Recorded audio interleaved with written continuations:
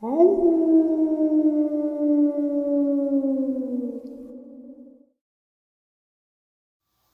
greetings and salutations, everyone. I hope everyone is still doing well, and welcome to tonight's second half. Before we jump into it, a couple links. As many of you know, I rely on Patreon, PayPal, channel membership, and the merch to help the channel to continue to grow and go. Links to Patreon, PayPal, and channel membership is in the description below. Merch displayed directly under the video. Also, Dogman Frightening Encounters, Volume 1 through 3, the audiobook versions. They were written and researched by Tom Lyons, narrated and produced by me, Jeff Nadolny. Those audiobooks are available on Audible, Amazon, and iTunes, links to which are also in the description as well. And finally, last but definitely not least, if you'd really like to help support the channel to continue to grow and go, simply subscribe. It does not cost a cent. Click the like button, takes half a second. If you don't want to miss out on any of the informative uploads I put out daily, click that bell icon. And folks, please leave a comment and share the video. Why? Well, because all these things really do help the channel to continue to grow and go. And yes, they definitely do matter. Now, everyone, I have taken far too much of your time. Let's jump in to today's second half, shall we?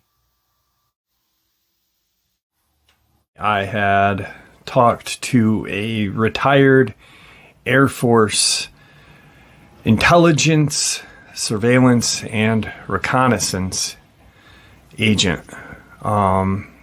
He worked for the Air Force till 2013 when he retired, 1 year before the closing of that division.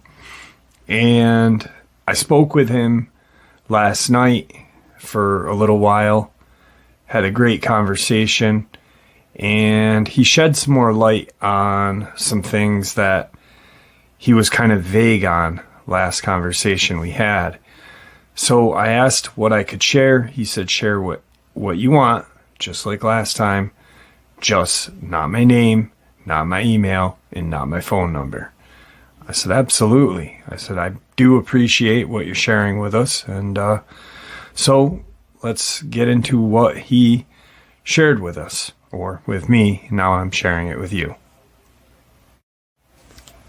So during his years of work with the ISR, or Intelligence, Surveillance, and Reconnaissance for the Air Force, he told me a lot about what they were responsible for doing. A lot of that was surveillance in other countries. What he shared with me the other day was, not only are we using or have the capability of using these creatures, manipulating genetics and stuff like that, that China is as well. He believes that a few other countries are in the process of doing it. If China is, chances are the majority of communist countries are as well. It's a tool. These creatures are a tool. I talked a little bit a while ago on my own information that I learned about a scientist from Russia who was forced to share her work with the Russian or Soviet government. I guess it would have been the Soviet Union at that point, where she was studying the cloaking abilities of these creatures. What he said, they used to watch certain locations. America, we have DUMBs. Well, over there, they really don't need to hide anything from their citizens because they really don't have citizens. If you're not pro your country or pro your leader, then you're disposable. A lot of these things were above ground. Now, that I found completely interesting because I always kind of had I always figured that we weren't if we had that capability, why were we the only country that was capable or able to use these creatures? Yes, we are a great country, and yes, I love America, but there are other countries that have the same amount of capabilities we have, like it or not, unfortunately. Then we started to talk a little bit about Lake Mead and some bodies that were found. And last night, he shared with me a little more on that and a little bit more on some national parks, which I was kind of floored. He pretty much will start with the national parks quickly. Any kind of base, militarized base, is closely located to a national park. They may not be right bordering or butting up against them, but there is a close proximity. Okay. And with these national parks, they're dense forests. And a lot of times they are using or experimenting with certain programs, certain projects. Let's say they are harnessing Dogman or something else, some other genetic mutation that they've created, and some hikers stumble across them. What do you think is going to happen to those hikers? Do you think our government is just going to allow them to walk away? No. He also said that they are creating very strange creatures, ones that we would not even imagine capable of existing in today's world. I mentioned to him, I said, well, how familiar are you with my channel? How familiar are you with cryptozoology? The crawlers, this and that. And I flat out asked him, I said, I truly believe that these creatures were created in Dulce, New Mexico. And he said that they were created after. What he knows is that, yes, it is an alien hybrid.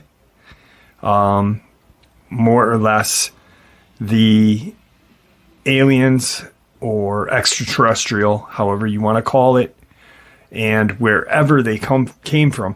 He actually said the majority of the creatures that our government, or extraterrestrials that our government worked with during the 50s, 60s, and early 70s, weren't even from outer space. They had harnessed they'd harnessed a way of crossing space through portals on our land.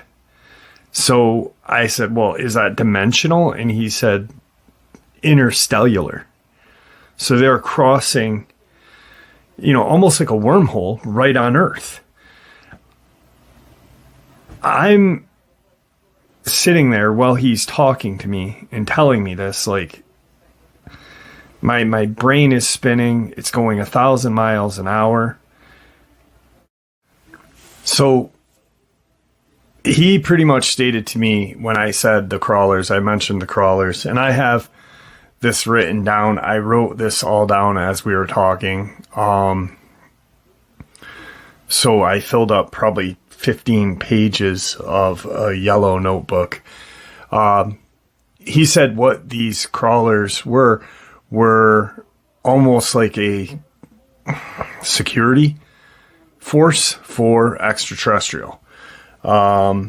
They resembled the extraterrestrial that were working with our government and sharing secrets for our secrets, which would be human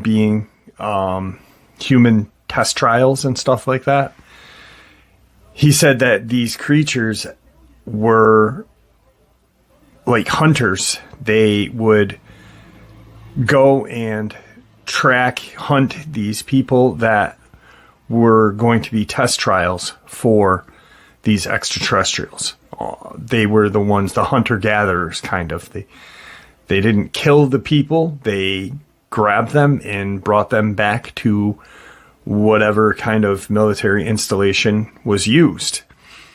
And then our government saw the capabilities of these things. They were silent. They were very quick, agile. They could fit in spaces most humanoid-like creatures couldn't, like a Dogman, a human, a Sasquatch. They were smaller, but just as strong. They were the ones that were finding the human test subjects. And our government decided sometime along the lines to harness the capabilities of these creatures and kind of make our own with the help of the extraterrestrial. There were a lot of he said there was a lot of experimentation going on after Dulce. He said that he is aware of underground bases being active through the 90s. It was really hush-hush after a certain period of time, but through the 90s there were experimentations going on. Which just, I mean, you have no idea what what hearing this information was like. It was just absolutely mind-blowing. He said that when there would be these test runs of Dogman or any other kind of creatures used to hunt, or, if they were a test run in national parks, that a set of hikers would come across them, they're gone. They would be hunted down. Some are never heard from. Some are quickly brought into an experimental zone. He did say there are multiple portals throughout the national forests, and for a specific reason of, these are dense, deep forests. And like I just said, their military installations are, not all of them are located near these national forests, but a lot of them are. They're not butt up right against them, but how many times have we heard the military going into a national forest? Well, he said the reason for that is when these portals open and these extraterrestrial travelers come over, that they need a way to get to these bases, these underground bases that are below our military installations, to experiment on humans and trade secrets with our government. So I can't even, part of me here, to be honest with you guys, part of me was like looking at the Dulce files all over again. When you first start to read about Dulce and what our government did with extraterrestrials, you're almost like, no, this couldn't have happened. This is a work of science fiction. Part of me was shocked, like, that while I was talking to this guy. He had mentioned Lake Mead last time. I said, so what's the deal with Lake Mead? He had said, why do you think there are so many bodies tossed in that lake? There's a installation right around that area. Some are discarded after they are used for experimentation. He gave me a perfect example and said that there was a guy named Tom Earned, and his family was on a boat one evening. There's no sign of him after the boating trip. He didn't fall over. The boat didn't capsize.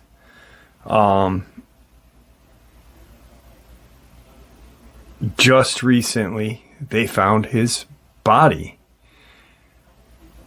How do you find a body that disappeared 21 years ago? That, I mean, if you think about it, it would be melted, you know? Just bear with me, you know? He said this. He said that body would be like stew, you know, fish, varmint, getting to it, this and that. But they were able to identify his remains because they weren't that bad. They weren't like 21 years of rotting in a lake that's responsible for drinking water at that. It was almost as if when the bodies were found just recently, that his body was tossed in there within the last 6 months. This is all information that he was sharing with me, and I went back and looked into that guy, and he was last seen on a family trip in 2002. Yet just recently you find his body and are able to identify him. It was shocking, truly shocking. He said that he knows for a fact that during the 50s, 60s, 70s, and 80s that the government, had gotten intelligence from these extraterrestrials to harness the creatures that were already on planet Earth, like Dogman, Bigfoot. They were capable, after they got this technology, they were capable of controlling them. You know, we're talking about the 50s and 60s. You know, we were still so far unadvanced at that time. You know, modern day humanity, like the smartphone is only, 10 years old, 12 years old, 15 years old, not long. So, you know, we think of these experimentations going on back then with the capabilities that we have now. Something's responsible for that. Not humankind, that's for gosh darn sure.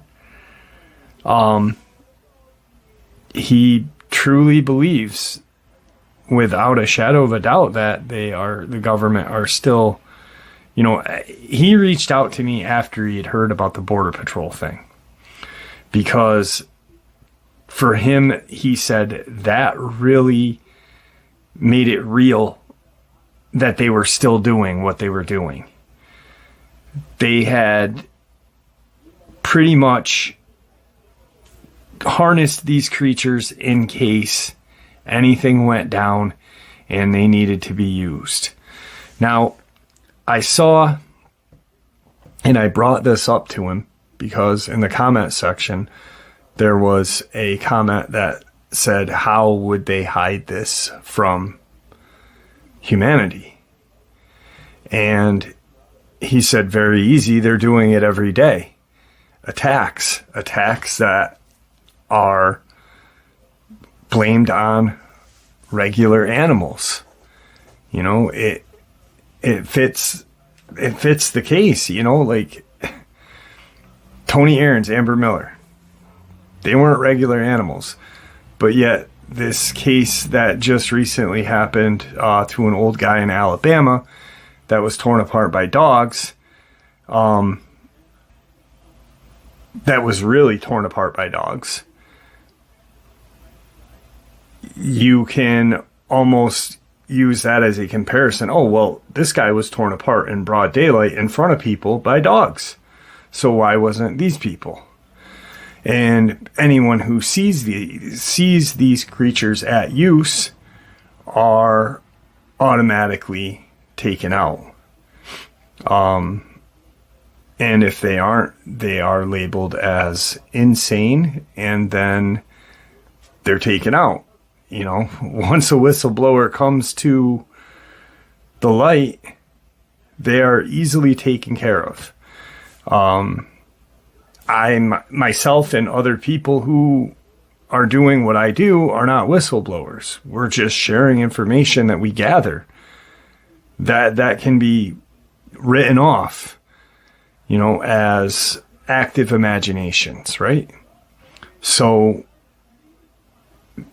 these creatures are definitely being used by our government. Other governments have the capability of using them against their own people. And we have created monsters. Our government is constantly creating monsters. People claim to see military vehicles going in and out of national parks.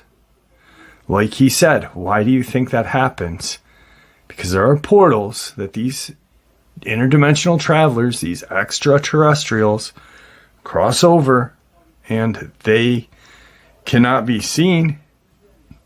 So what happens? The government sends the military in to transport these extraterrestrials to where they need to go. Military bases with underground military bases below them. Once again, while he was sharing this information with me, my brain was, I don't know how many people have read all of the information about Dulce. There's a lot of it. But when you do, and when you first start to read about it, you truly are like, this can't be real. Yet it is. It's truly mind-blowing. And I don't know what else to say, but that was the end of our conversation. And you know, he super nice guy, retired in 2013. You know, he's been sitting on this information for 10 years. But when he heard about the Border Patrol agents seeing a Dogman hunt down migrant people, it automatically reminded him of military and government projects in case, you know, he had said, like, when during the riots that happened in Chicago and California and stuff in the 60s and 70s, there was actually talk of sending dogmen and these type of creatures in to stop it from happening. Thank God they didn't. But imagine if they did. So, I don't know. I asked the guy if he would, you know, stay in contact with me. And, you know, he just said, I pretty much just shared everything I know with you. Do with it what you want. He was adamant about not recording him. You know, he really was. He asked me about 1,000 times if I had gotten rid of his email address, which he used a Proton one, whatever they are, Proton, and a phone number that was a burner phone. So he asked me to get rid of both of those, even though he is pretty sure they can't be traced. But, you know, don't save them on your phone. Don't write them down. Don't do this. I said, well, I did write your phone number down. I apologize. He said, get rid of it. If I want to contact you, I will. So that's the latest from the retired Air Force intelligence officer. And like I said, our government is up to no good, and they are hiding secrets from us that are no good. How do we trust? How are we supposed to trust something? Trust when they have no care for us, you know? It's scary. It's very scary. All right, guys. So I'm just going to share with you guys some encounters because to me, this doesn't feel like a full upload. So let's jump into some encounters. Today's first encounter is a Sasquatch encounter. Tyler County, Texas. I was headed home to Port Arthur from Oklahoma at around 7 p.m. I was on Highway 287 between Chester and Woodville, about 5 minutes from Woodville, when I saw this big, dark thing running down the side of the hill towards the highway. I had my brights on, and it stopped in the middle of the highway. I slammed on my brakes, and I slid sideways, and it looked at me with red eyes. The thing was dark brown and hairy, about 8 feet tall, with a chest about 3 feet wide. My passenger window was down, and it growled at me. Then it took about 5 strides off the highway and up the hill on the north side of the highway. I stopped at a grocery store when I got to Woodville and told the cashier on duty what I saw. She said they get reports of this all the time in the big thicket. Today's second encounter, Hughes County, Oklahoma. We were walking down the road enjoying our summer vacation when one of us noticed that there was something walking in the pasture north of where we were standing. It was close to 7 feet tall, had long white hair, at least a foot, was walking on 2 legs. It stopped when it noticed us standing there watching it. Actually, we were almost too scared to run. Anyway, it acted like it was going to come our way, so we took off for a little ways, then stopped and looked again. Everyone knows that a fence with 6 strands of barbed wire is at least 5 feet. Well, it stepped over that like it was not even there, and kept going to the east, taking long strides and swinging its arms back and forth while it walked. A few days later, we were in the same general area and noticed some long white hair hooked on the top of a fence. We took it home to prove our story. We had told everybody the day before. We called it a honka. Have to say that we were more careful about how late we stayed out from that day forth. Always made sure we were home well before dark. Until that moment we saw it, we had heard lots of stories, but never believed them. Seeing is definitely believing. If you talk to anybody in the Dustin area, you will be told of several sightings of this nature, and also will be told about what everyone called the light. We found a long white hair on the top of a fence that crossed its property. Today's third encounter, Marion County, Texas. At the time I was a teenage girl. My parents and sisters and I were staying at a small weekend cabin, located at the end of a dead-end road that was near Black Cypress Creek. I'd enjoyed hiking and riding my horse on the thousands of acres of pasture, wood, and creek since I was small. There had never been anything that scared me or caused me to be frightened in this lovely countryside. This ended for me after what I had witnessed. We had heard some strange screams and howls coming from the woods every night for several nights running. My mother described the sound as an old-fashioned horn that might be on an old car. But I knew it wasn't a horn.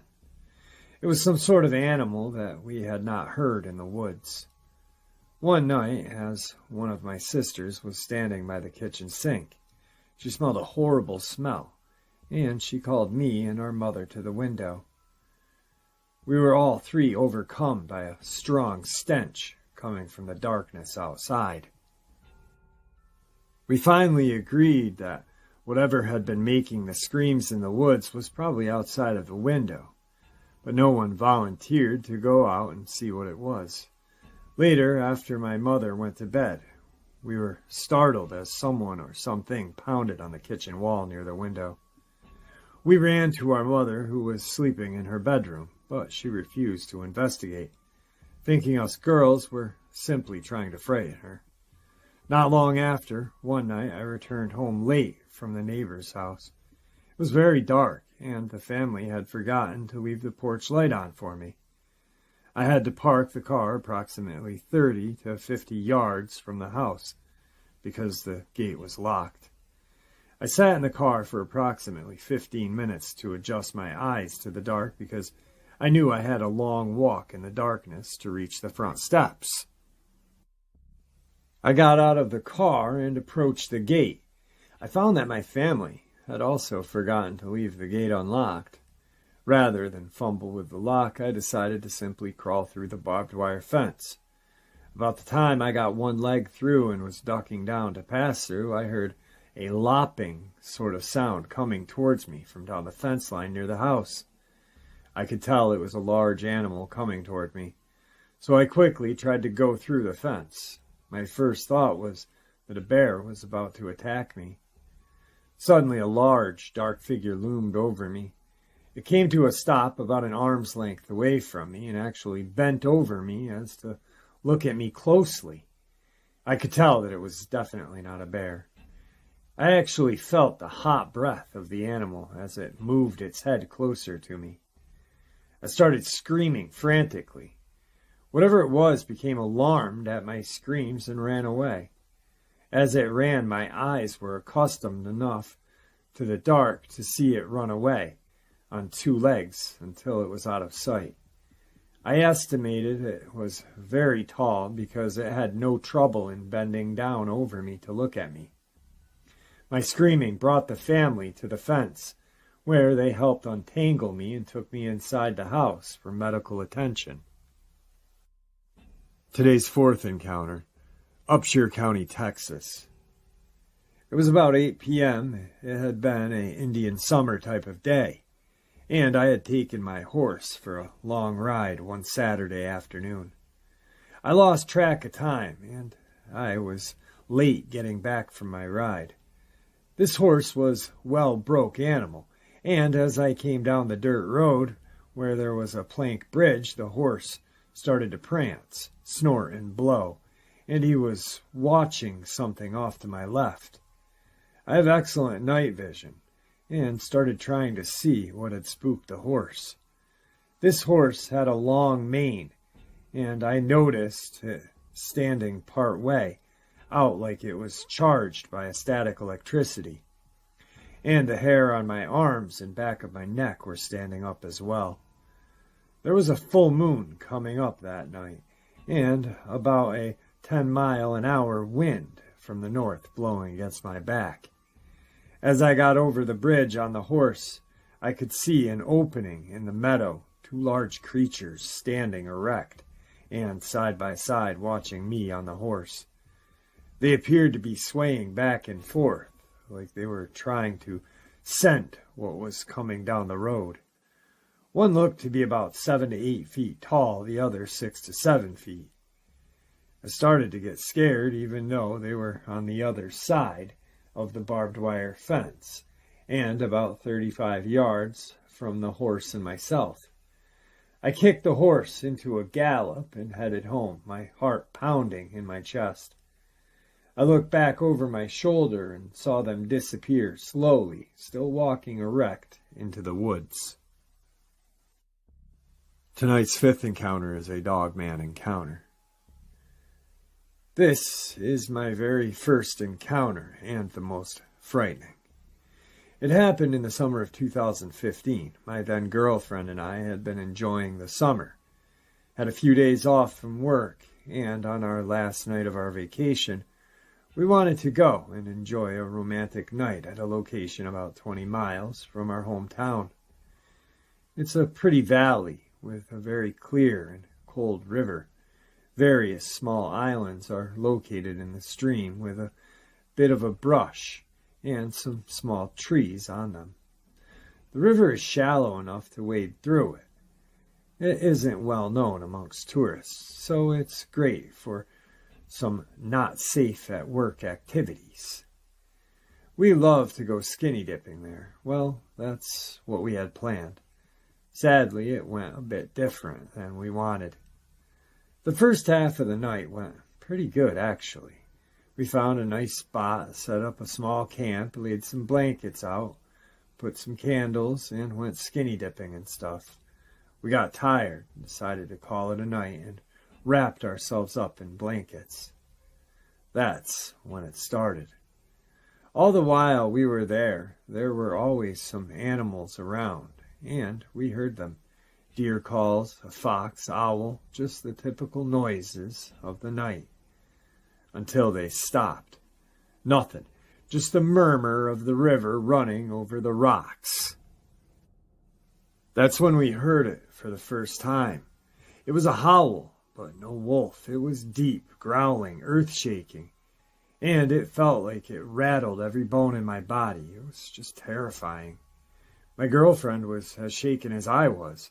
I've been outdoors all my childhood. I grew up in my parents' farm and in the woods around it. So I know every animal roaming around them. I know the deer calls, I know what the fox says, and I know the howl of wolves. And I know the roar of bears, but this, no, I've never heard anything like it. And I never want to hear something like it again. We suddenly decided that my bed at home is a better location to sleep than this river bed. We got up, packed our stuff, and started to head out. That's when we heard it a second time. The same howl, deep rumbling, shaking, followed by a deep growl. Whatever it was that made this noise, it was big, and we didn't want to meet. Unfortunately, it was still about 2 miles to my car. We had to cross the river 2 times to get to the river bank, where the trail through the woods to my car started. When we crossed it, we thought we saw and heard something crossing the river with us. I had a small flashlight with me, and when we arrived on the river bank, I shone it back. What we saw made our knees get weak. A huge animal was standing on the opposite riverbank. Dark fur, pointed ears, very muscular body shape, and a head almost like a German shepherd. But the most fear-inducing was its eyes, orange, yellow, glowing eyes seemingly fixed on us. We booked it. We ran all the way back to my car. We could hear it charging through the river, but it must have stopped at the bank, as we didn't hear it anymore after we entered the woods. We made it back to our car safely, and we decided never to go back there again. At least not at night. But in fact, I haven't gone there since.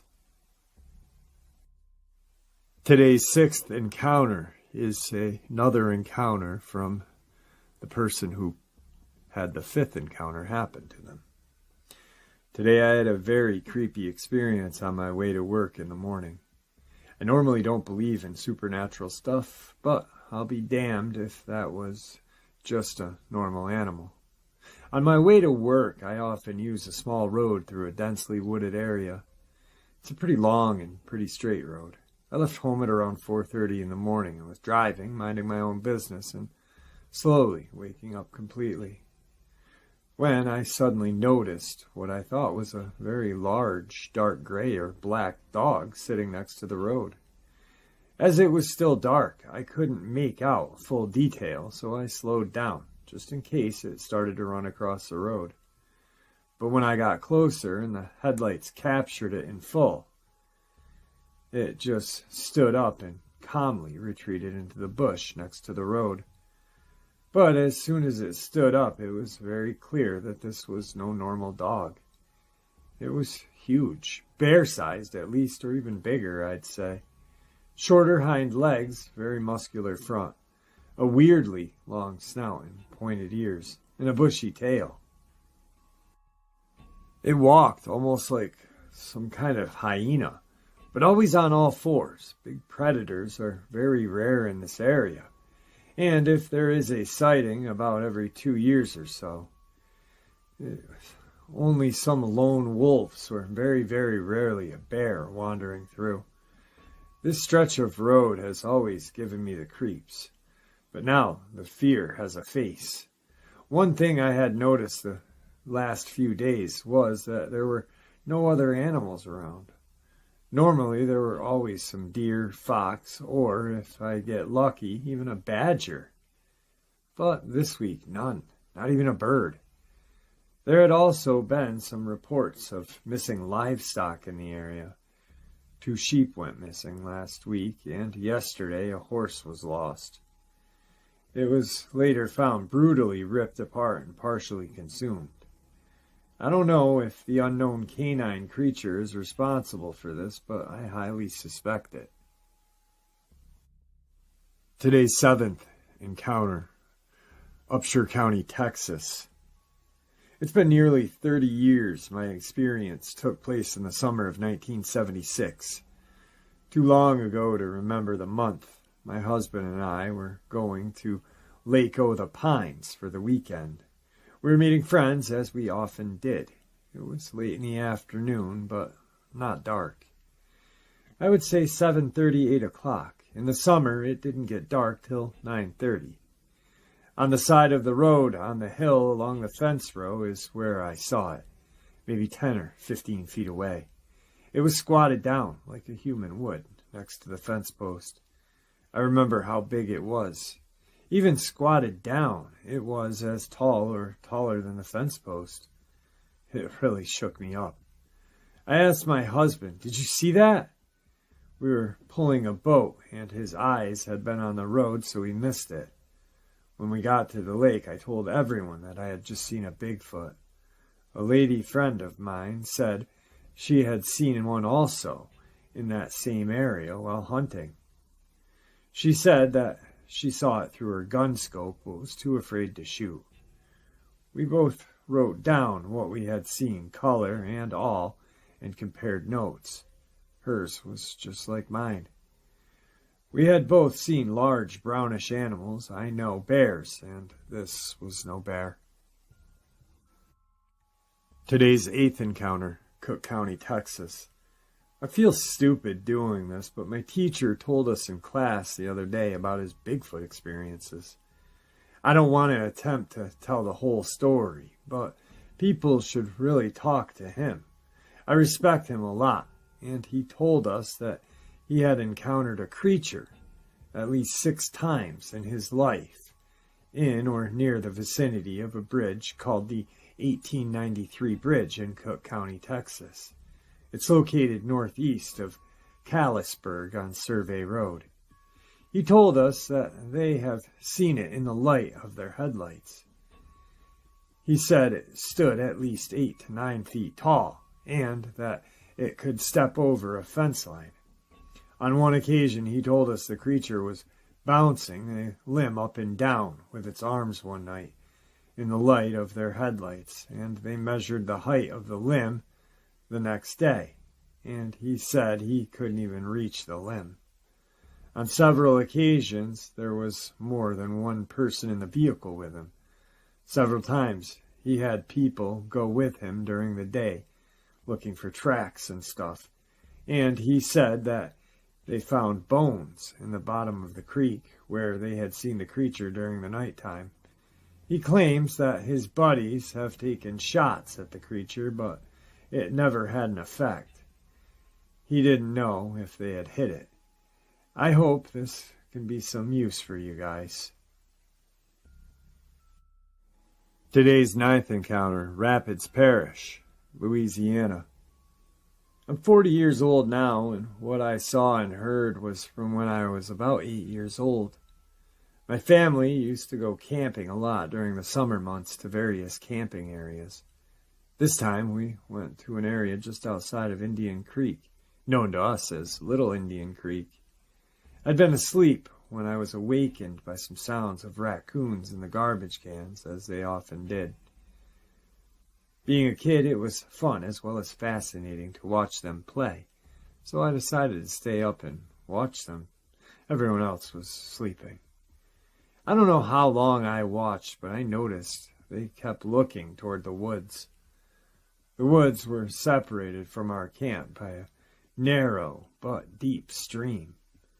The embankment was about 10 feet in height at this point in the creek. All of a sudden I heard a loud splash. The sound was like waiting. It was at this point that I noticed all the raccoons were gone. I crouched down, barely looking over the window edge, so as not to let what was coming across the creek see me watching. As it rose out of the creek, it let out a very deep growl, almost roar-type sound, then made some grunting sounds as it climbed the embankment. As it did this, I heard another splash, as it sounded like another entered the water. I watched as the first silhouetted creature climbed up and out of the creek area and into sight. We kept 2 lanterns on during the night for security reasons. As I saw this creature go through our things that we were left out, I began to cry out of fear. In front of me was a creature that appeared at least 7 feet tall and very big, and appeared to be covered in hair. I watched as the second came out of the creek, making almost the same growl and grunting sounds as the first had done. I laid back down, not wanting to see them look my way and come to where I was. I lie there motionless for what seemed forever, till I heard them leave, the same way they had came. As they did, the raccoons returned shortly thereafter. The next day I found where something clawed its way up the embankment. I never told anyone what I saw that night. Today's 10th encounter, Delta County, Texas. I live in northeast Texas, close to the town of Commerce. I was witness to several incidents when I lived just outside of Commerce. At the time, I was employed for the Delta County Sheriff Department as a deputy. It was around 1990, and a friend and I were in the business of buying dairy cows and raising and reselling. My friend lived in an area close to town of Horton. The actual town is now underwater, part of Cooper Lake. This was a very remote area of dense, thick woods, running all the way to Sulphur Springs. My friend began finding his calves dead at the barn. It appeared that their necks had been broken. This all came to a head on the evening as he heard his boar hog squealing loudly from the pen. The pen was located at the edge of the woods. My friend had a very mean boar hog that weighed around 400 pounds. He called me on the phone and told me to come as fast as I could. When I arrived, he was almost in shock and told me that he went and grabbed his rifle and went to the barn. He said that he saw a very tall creature lifting his boar hog over a pallet fence. My friend fired a shot at it, and it dropped the hog and ran off. My father and I went to the pen and found a set of tracks. These resembled a very large human foot in the dirt. My father, a retired Dallas police officer, contacted friend's neighbor. The neighbor was also a retired police officer and professor at Northeast Texas Community College. He came and called a couple of his students, and plaster casts were made of the print. Several pics were taken of the cast, and one was even printed in the local newspaper. The cast went on display at the college in the science department. I have the cast. At this time, I'm still trying to find where I had stored to get the dimensions for you. As we were talking with my friend's neighbor, he advised that he oversaw a cabin across from him, bordering my friend's land, way back in the woods. The owner had said that strange things were happening at the place. We saw that the tracks went due east towards this other piece of property. We went to the cabin and saw several more of the footprints going in a circle around the cabin. Over time, we saw and measured 2 other sets of tracks. The only size I remember was 12 inches. The other tracks were bigger than we had a cast. The strange happenings always started in spring and continued until late fall. Its property is about 2 miles from the Horton Bottoms, where I know several people who have seen this creature but would not go public for fear of being thought crazy. One was chased out of the bottoms while duck hunting at the slough. I have since moved to a different part of the county. About 8 years ago, a friend and I were walking along the Sulphur River and found tracks going to the water, as if something was getting a drink. As I said, I am still looking for the cast, as my dad put it into storage. As soon as I find it, I would be glad to send you guys a pic. In the cast, you can clearly see the tissue ridges of the bottom of the toes, much like ours.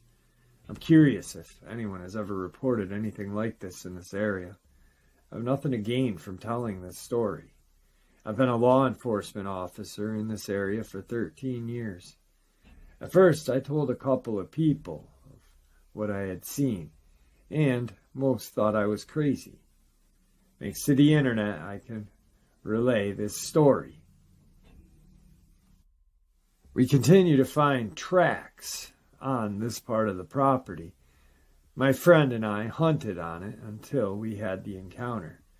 We didn't see anything, but whatever it was kept moving in a circle around us. It was not worried about making noise, as most wild animals do.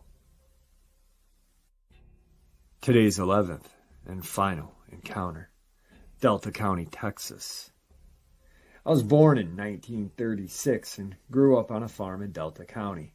While working in the field, we would see what we referred to as the nude woman. It was a large animal walking upright along the edge of the woods and never coming completely out in the open.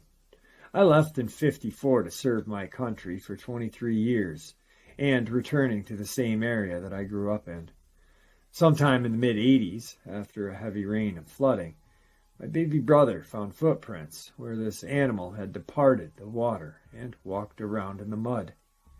In the early '90s, my mom and dad were traveling down Texas 71 in Delta County, and just before crossing the South Sulphur River, a large man-like animal walked across the road in front of them and stepped across the fence that headed north.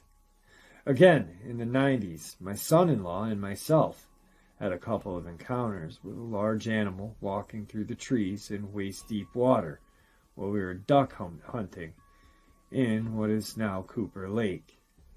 Around '95, while checking my cattle, about 10 p.m., I encountered a rather large man-like animal, looked to be about 8 feet tall, in my light, and he went one way and I went the other.